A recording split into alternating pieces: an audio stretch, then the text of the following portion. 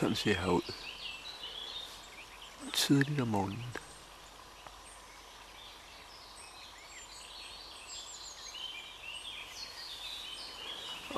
Der er 2 vogne her. Og for ser de friske ud. Og stykker mere der vågnet. Godmorgen, Simon.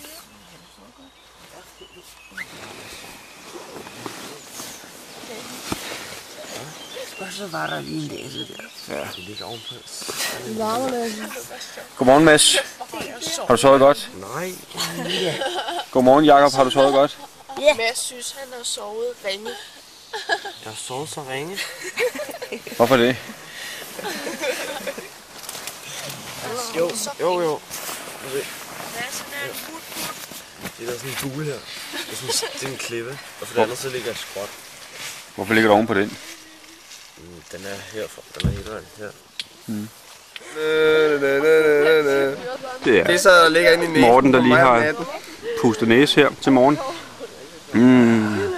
Det var godt, det kan jeg godt sige.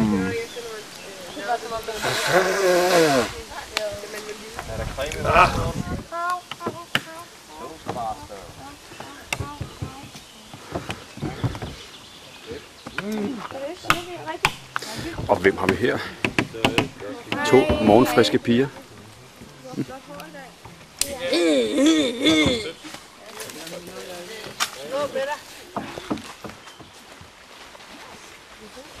Jeg ved det, Lasse. Jeg ved det. Hvad ved du? Jeg har fået en god idé. Se, Okay. jeg putter simpelthen bare min liggeunderlag og min sovepose ned i den der pose. Ja. I stedet for at have lys på, fordi jeg kan alligevel ikke putte liggeunderlaget ned i. Og så hvis der er en gren, der river hul, så bliver den ikke særlig våd. Nej. Det er godt. Og jeg kendte dig aldrig. Simpelthen. Det var du dyrt ikke. Du er jo en sikker kano. Tak. Det kan jeg også lige få med. Ja.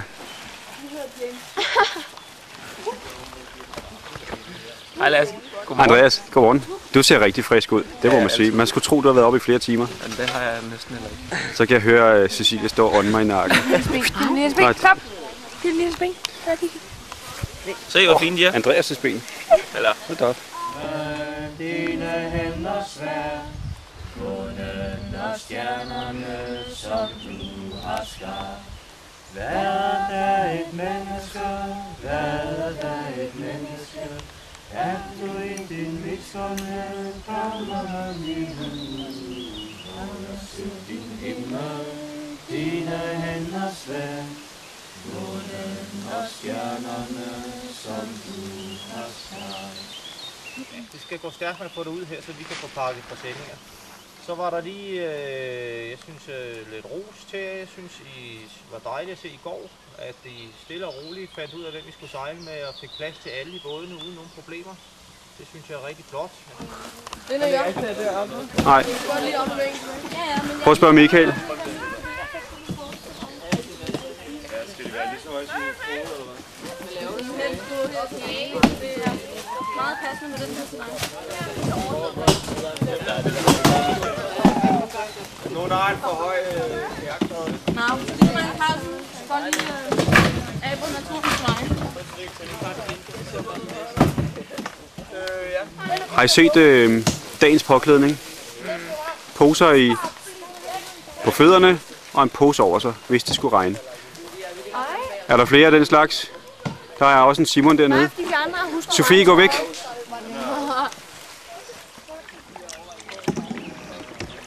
Og Michael skal lige finde stjerneskruetrækker. Manden, der har alt inden for fritid. Nej. Jamen, så har de nogle billige Netto til 20 kroner. Så. Det er kagen af en super elite-kniv. Ja. Gavet. Og her har vi David. Vi skal væk fra. Ja.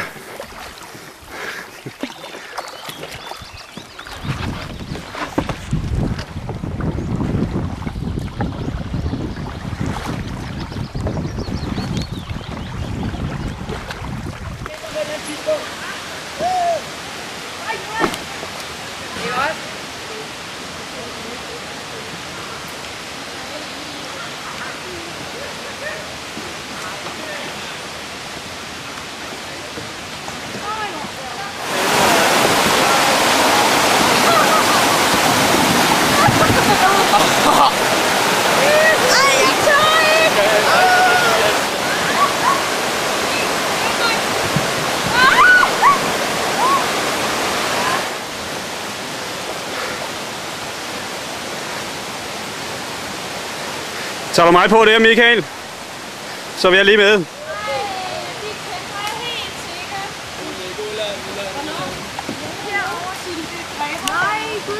Ej, hvor vi dør her nu. Lasse, bliv ved at filme, der kommer noget sjovt. Hej Nanne og Nikita. Hvad laver I der? Sidder I fast? I skal ud af kanonen for at komme fri. En af jer.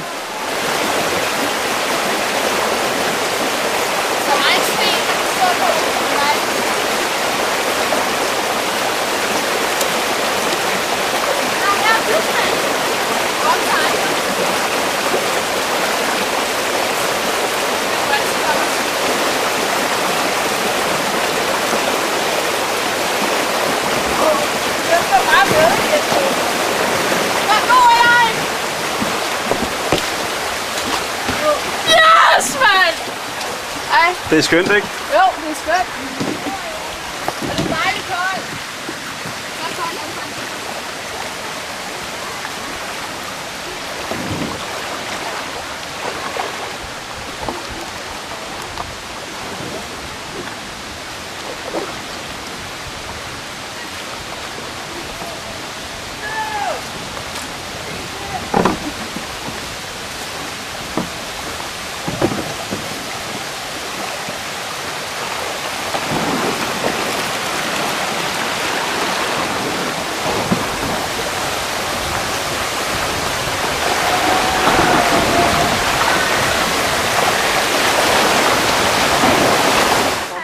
Det er fint nok. Har vi Morten. Det regner. Vi pakker godt ind, og Morten har taget den naturlige regnfrak på.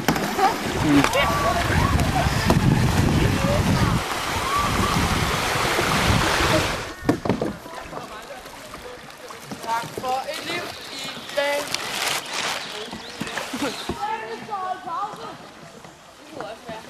Der. Kirstine og Morten her.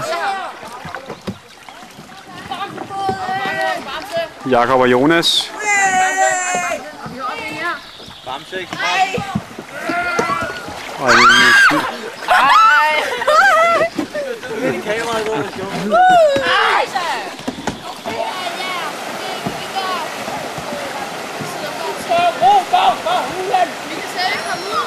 Jeg kommer og hjælper. Jeg skal bare lige filme jer først. Vi sidder helt fast. Jamen, vi kommer og hjælper.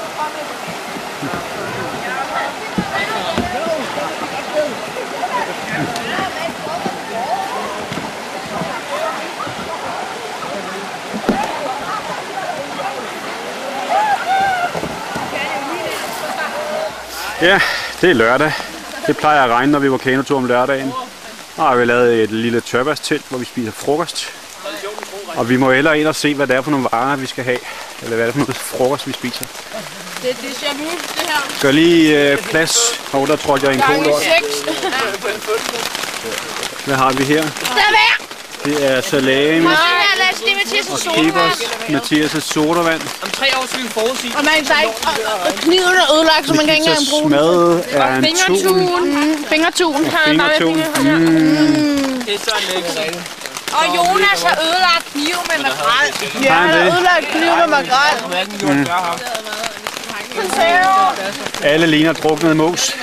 Ikke mig. Det er bare en helt kat. Nana, Cecilia. Ej, I ser ikke så slemme ud.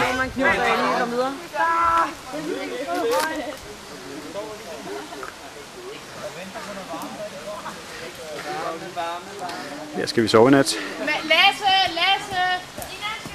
Vi er filmvarmning. Hun laver røvvarmning. Ja, det kan jeg se. Ja, jeg leger røv. Ja. Ved ikke, Hun kan da hente lokalet. Til bænke. Så en alternativ telt. Det bliver mere sådan et eller andet pavillon, halløjsa. Ret hyggeligt, ikke? Mathias! Ja! Yes, I will die! We're doing our secret.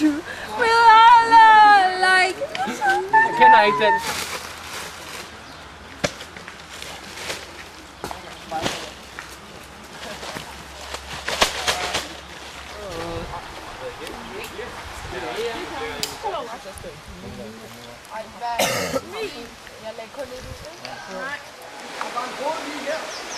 Michael.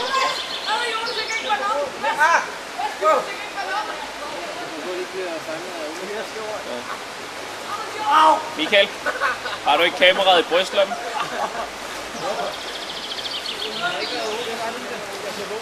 Nå, ja, det var det, jeg dømte igen. Men se her. Og Lasse og Andreas er godt i gang. Ja, det er flot. Og vi skal have burger i dag. Simpelthen. Og prøv at se vejret. Hvor er det herligt. Solen skinner, og det er ellers pjasket ned hele dagen. Fantastisk. Det er fantastisk. Og hvis I kan høre det i baggrunden, så er der nogen, der bader. Tilbeder. Kan I lide vores mad?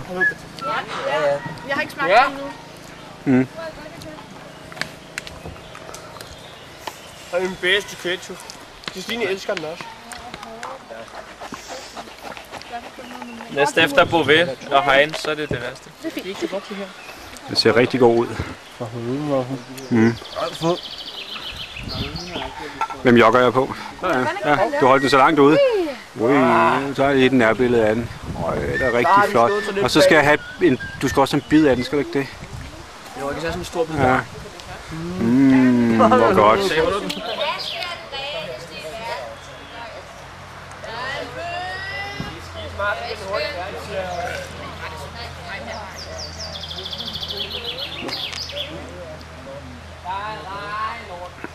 I skal lige tage en tur mere. Tag lige en tur mere.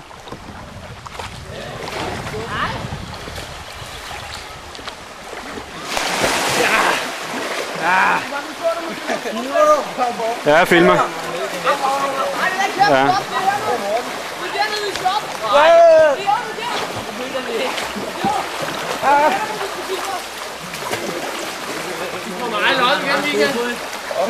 Ikke ud og komme ud af kanonen. Nej, du har også været på. Kom med ned og kigge. Pas på dig selv, vi kommer nu her tæt på. Der er en...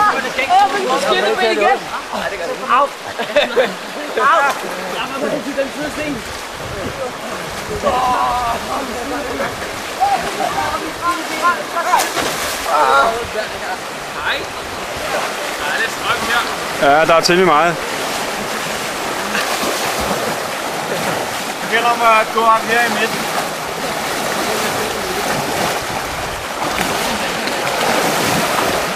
Hej Morten.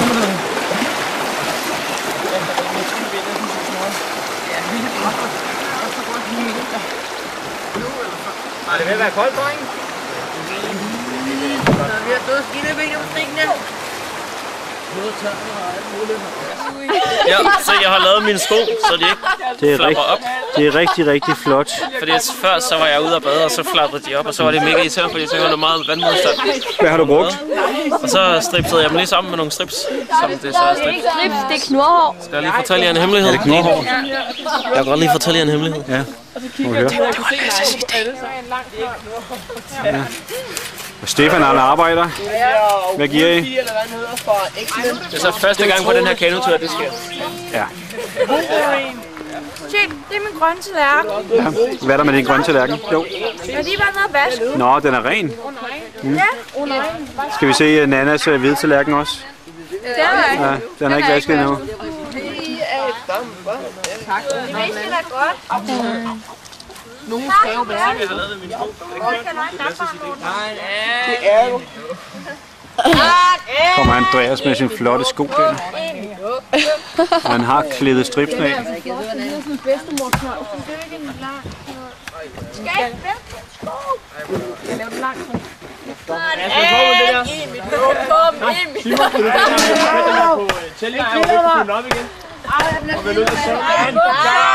En i rejebuks, en rejebuks, en dej. Nå, jeg var her. Nogen gik bare rundt og havde rigtig mange nej, hvor hun jeg skal nok klare det. Det var virkelig ulækkert at se med. Skal vi lige have en vinder i luften, Michael?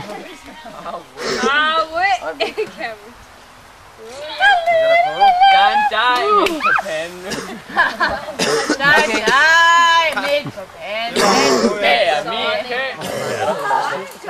Far. En lille afgang.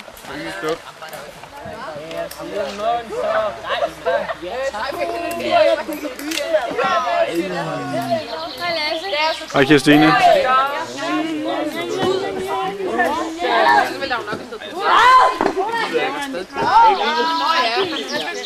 Er det ikke en smuk champagne? Jo, skal vi åbne den og drikke den? Cider. Herklynger. Skal vi åbne den og drikke den? Jeg har lige pillet sølvpapiret i toppen, på grund af, at vi skal ryge. Ja. Nu har de opdaget os. Vi er nødt til at være meget stille, men vi har lige hørt, at Sofie var druknet i! Det er multoæret. Hvor kan det ikke komme op? Og nu skal vi ud. Vi skal faktisk også selv skide. Kan I høre hende? Yeah! Yeah! Yeah! Det er Sofie. Vi må redde hende. Kom. Men nu skal vi skide. Og Nu de skal kommer vi nu og skide. fanger os. Jeg kan se. Det var faktisk, Simon.